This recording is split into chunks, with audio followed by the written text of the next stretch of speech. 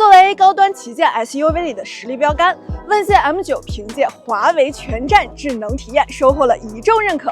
而如今想同時擁有頂尖智駕、舒適座艙與出眾駕控，又多了一個同樣的優質答案——藍圖泰山 Ultra。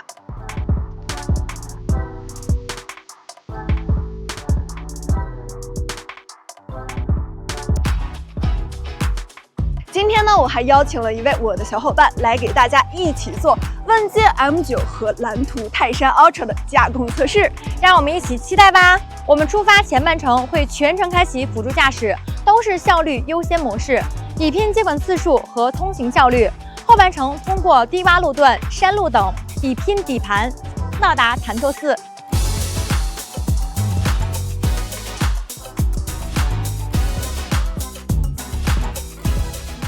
蓝图泰山搭載了華為體系內 ADS-4 4激光雷達輔助駕駛方案，配備34顆傳感器，同時主激光雷達從192線升級為896線，看得更遠更清楚。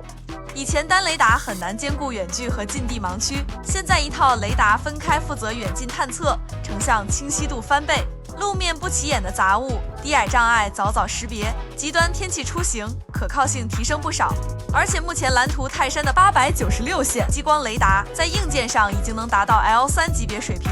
L2 級的輔助駕駛當然是隨意拿捏。目前場景全面的車位到車位領航輔助，像是高速 ETC 啊、園區閘機、地庫、環島這些場景都不在話下，同時也都支持自定義車位的跨樓層代客泊車、循迹倒車、離車泊入等功能。藍圖感覺反應非常的靈敏，操作很順滑，畢竟這是作為華為的 ADS。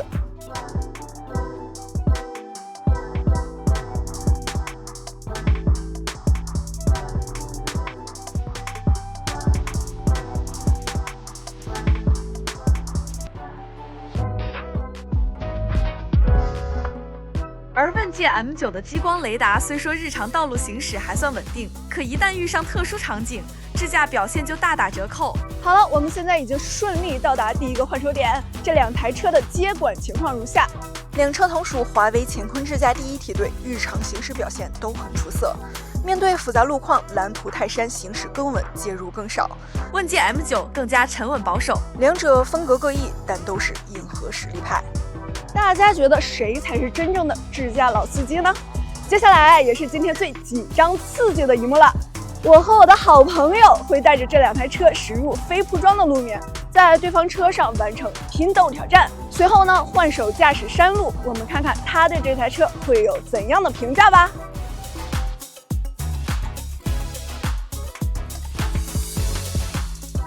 在顛簸路況裡，藍圖泰山的表現十分亮眼。車身晃動幅度小，整體行駛狀態格外平穩。另一台車的數據起伏會更大一些，不知道各位車友還見過哪些車型的同類測試數據呢？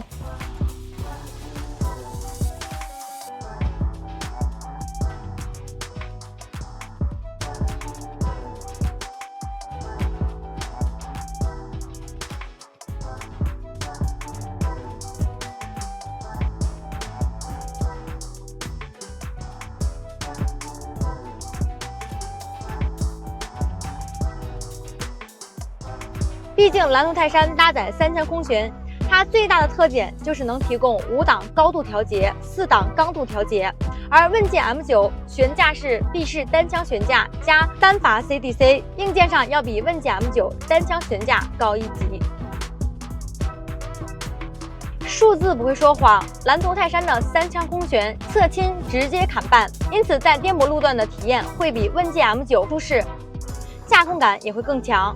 是為數不多能兼顧舒適性和操控性的大6座 SUV。問界 M9 的操控能力也很不錯，但是相比於藍圖泰山來說，總感覺少了那麼一點點駕駛樂趣。而且因為它的後輪能提供正負16度的後輪轉向，我覺得在彎道開起來特別的如魚得水，就像小車一樣靈活，一點都沒有開大車的感覺。這一點是問界 M9 比不了的。車身變靈活了，我覺得不只是為了操控，也是為了安全。在应急躲避的时候，動作會快一些。所以很多時候，駕是智的基礎，雙劍合璧才是真的駕控基礎。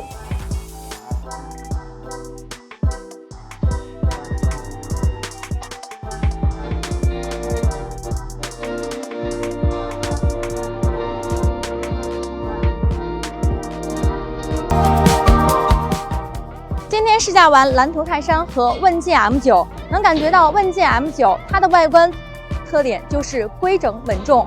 經典的商務造型，線條簡約大氣，整體端莊耐看，是很穩妥正統的豪華商務風格。而藍圖泰山給我的感覺就是把豪華商務和中式美學融合得很好，它的線條立體有層次，氣場高級又靈動。藍圖泰山這車就是給我感覺有山海入目、大境天成的磅礴東方之美。